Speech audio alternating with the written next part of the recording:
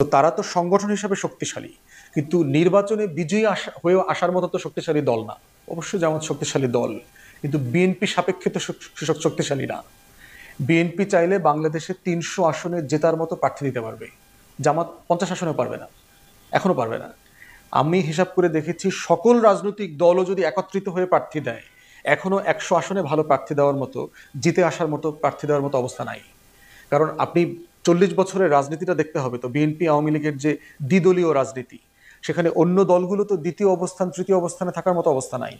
তো তারা তো সংগঠন হিসাবে শক্তিশালী, কিন্তু নির্বাচনে বিজয়ী হয়ে আসার মতো তো শক্তিশালী দল না। অতএব সেই জায়গাতে বিএনপির সাথে কম্পিট করার মতো কাছাকাছি শক্তিও এই মুহূর্তে আমি দেখতে পাচ্ছি না।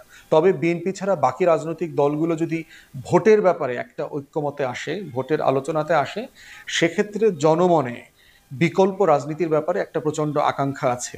তো এইরকম একটা জোট যদি ধরেন গণ অভ্যুত্থানের নেতৃত্বদানকারী ব্যক্তি এবং দল যদি হয়, এনসিপি নেতৃত্বে ধরে হন, এনসিপি নেতৃত্বে জামাত, ইসলামী আন্দোলন বাংলাদেশ, গণসংহতি আন্দোলন, এবি পার্টি, গণ অধিকার পরিষদ, সবাই মিলে যদি একটা জোট হয়, সেক্ষেত্রে একটা ভালো সম্মানজনক বিরোধী জোট হবার সম্ভাবনা আছে বিএনপির।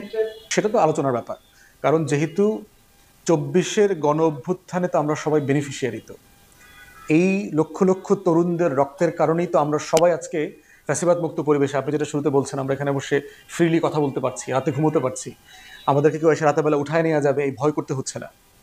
তো যারা এই লিডারশিপটা দিয়েছেন, এত বড় ত্যাগ করেছেন, তাদের নেতৃত্ব মানার ক্ষেত্রে, ওরা ধরেন বয়সে তো আমার সবাই ছোট ভাই, তো উপদেষ্টা হয়েছে, আমরা মেনে নেই ওদেরকে। ওদেরকে কি সবাই আমরা মাননীয় উপদেষ্টা বলছি না মিটিংগুলোতে? আপনারা বলছেন না?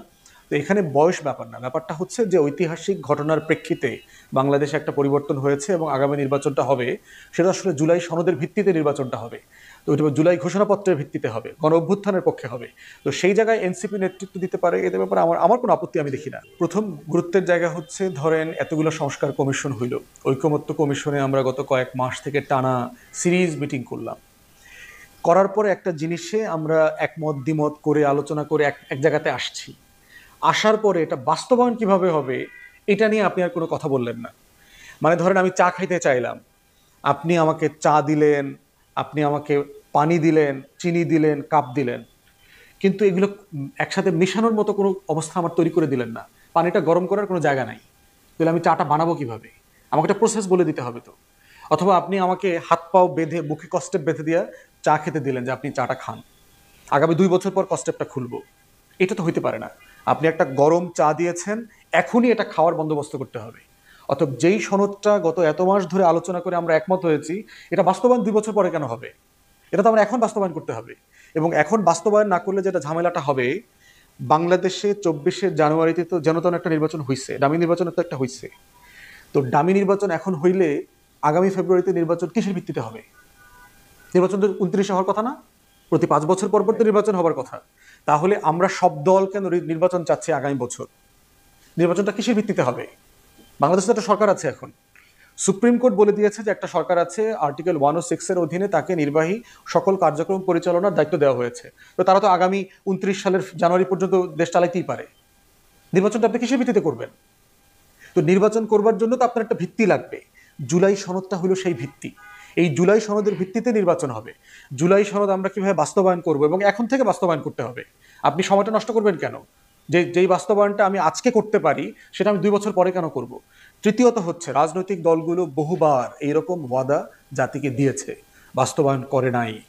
আপনার মনে থাকার কথা, 111-এর সরকারের সময় এরকম প্রায় ১১৮-২০টার মতো প্রস্তাবনা, রিফর্ম তখন আকবর আলী খান প্রস্তাব করে গিয়েছিলেন। আওয়ামী লীগ ওয়াদা দিয়েছিল, তারা দিন বদলের সনদে বলেছিল যে আমরা ক্ষমতায় আসলে এগুলো বাস্তবায়ন করব। করে নাই তো, র্যাটিফাই করে নাই তো সংসদে। ২৩টা না ২২টা করছে, তার যে কয়টা দরকার। তাহলে ৯০-এর আন্দোলনের পতনের পরে ৩ জোট মিলে কিন্তু একটা ওয়াদা ছিল, তারা কি ধরনের রাষ্ট্র বানাবে। তখন কই বিএনপিও ক্ষমতায় ছিল, আওয়ামী লীগও ক্ষমতায় ছিল, বাস্তবায়ন করে নাই তো। তাহলে এইসব কারণে তো আমরা ভরসা পাচ্ছি না জাতি, যে আমি ধরেন রাজনীতি করি, আমাকে আপনি বিশ্বাস করার জায়গা নাই তো। এটা তো ধর্ম না তো, যে আপনি রাজনৈতিক দলগুলোকে বিশ্বাস করবেন। এটা হচ্ছে পলিটিক্স, রাষ্ট্র গঠনের ব্যাপার। যেটা চুক্তি হয়েছে, চুক্তি বাস্তবায়ন করবেন। চুক্তি ২-২.৫ বছর পরে চুক্তি বাস্তবায়ন হইলে ওই চুক্তি আপনি এখন করলেন কেন? যেই মাল, যেমন ধরেন আমি আপনার ক্ষেত থেকে টমেটো কিনবো ২.৫ বছর পরে, ওই টমেটো কেমনে সে বেচবে আর আপনি কেমনে কিনবেন?